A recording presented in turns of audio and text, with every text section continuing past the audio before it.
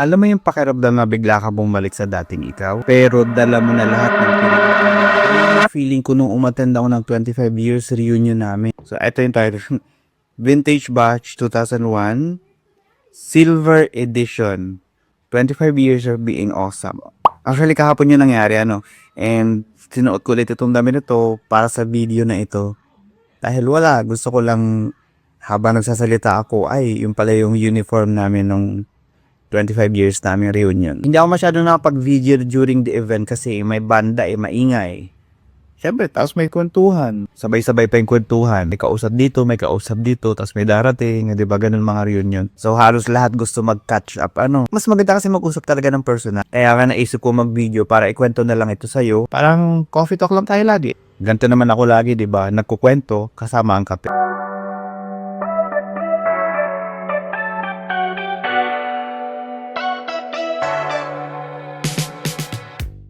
Hi guys, welcome back to my channel, and for today's video, ikukwento ko sa'yo. Sabi ko nga sa intro kanina, ikukwento ko sa'yo yung medyo naranasan ko ng 25 years reunion namin nung high school. Sa silver na kami, 40 plus na ako ngayon, 42 this year.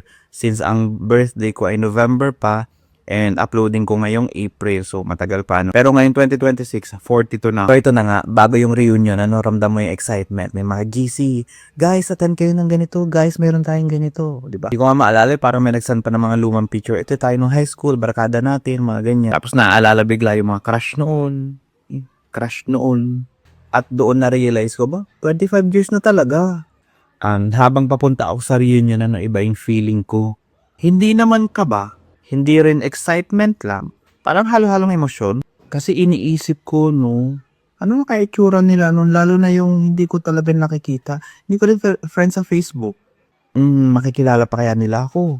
O magkakailangan kaya kami? Tapos pagdating ko doon, parang walang 25 years. May nagtawag agad ng pangalan ko, Jason! O diba? Siyempre pagtawag niya, kilala ko to. Kilala ko yung mukha. Halimag ko yung pangalan. Ganun. Tanda na. May biglang tumawa, may biglang nagsabing, uy, ikaw pa rin yan. Oo, sino pa ba? Doon ko na-realize, hindi pa rin nawawala yung connection. Kahit matagal na kayong nagkahiwalay. Yung unang 10 minutes, actually yung unang 10 minutes ko doon, may mga nauna naman sa akin. Tawanan. Hindi pa nagsisimula yung program, hindi pa kumakain, pero busog na sa kwento. May nag-share ng trabaho niya. May nasa abroad na, may negosyo na, may teacher na. At mayroon pa rin tahimik pa rin hanggang ngayon. Pero maganda sila, nakakatuwa. May mga nagbago at may mga hindi nagbago. Ang hindi nagbago, yung kulit, yung tawa, yung asaran, same energy pa rin. And habang nakaupo ako doon, talagang nalilibot ko yung mata ko. Bigla ko lang naisip, hindi namin alam noon kung saan kami dadalhin ng buhay. Para-pareho lang kami. Para-pareho kami ng pangarap. Para-pareho ng kaba sa future. Pero ngayon, iba na yung kwento namin. May successful, may still figuring things out. May dumadaan sa hirap. May tahimik lang, pero lumalaban. At doon ko na-realize, hindi talaga pala paunahan ng buhay. Iba-iba lang tayo ng timeline. Siyempre, hindi mawawala yung kulitan ikaw yung late dati.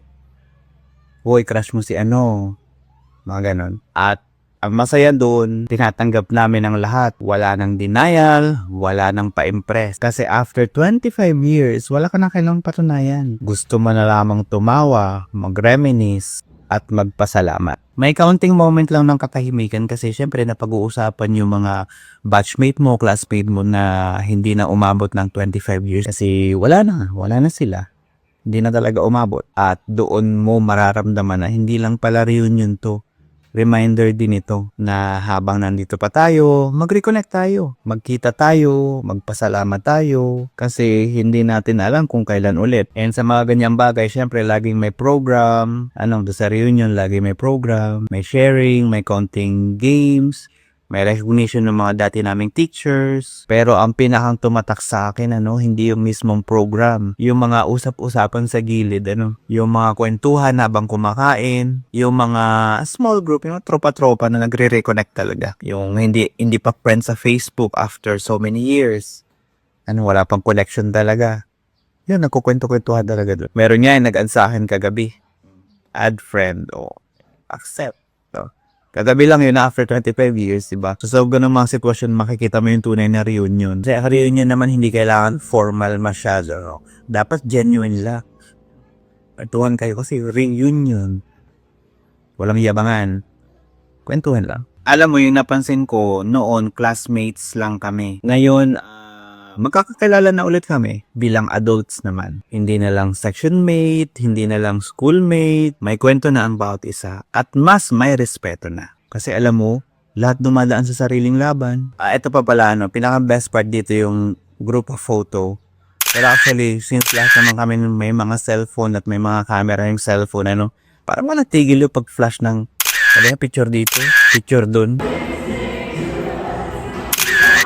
Hindi kasi dahil perfect, hindi rin dahil kompleto, kundi dahil naandun yung 25 years. 25 years ng buhay, 25 years ng pagbabago, 25 years ng memories. At sa isang frame, andun lahat. Hindi ko na natapos yung reunion, kasi medyo late na, 7 plus, 7 plus na yata ako umalis doon or magsi 7. Pero pag alis ko, syempre, tahimik na ulit. Wala nang ingay, wala nang tawanan, pero may naiwan yung feeling na buti na lang umattend ako. Actually, buti na lang umattend talaga ako kasi minsan busy tayo sa present tapos nakakalimutan na natin yung past. Pero yung past, alam mo bang, parte pa rin ng kung sino tayo ngayon. At yung mga tao na yun sa ating past, parte pa rin ng journey natin. Vintage Batch 2001 Silver Edition, 25 years of being awesome o memorya ko na hindi lang dahil successful na kami, hindi lang dahil tumagal, kundi dahil after 25 years, nagkita pa rin kami, nagtawanan pa rin, nag-reconnect pa rin. At para sa akin, yun yung tunay na awesome. So kung may reunion ka, umattend ka ha, hindi mo alam gaano kahalaga yun. Salamat sa pakikinig, kwento lang hanggang sa susunod. So, 42 na ako ngayong 2026. Maraming salamat at see you sa next video.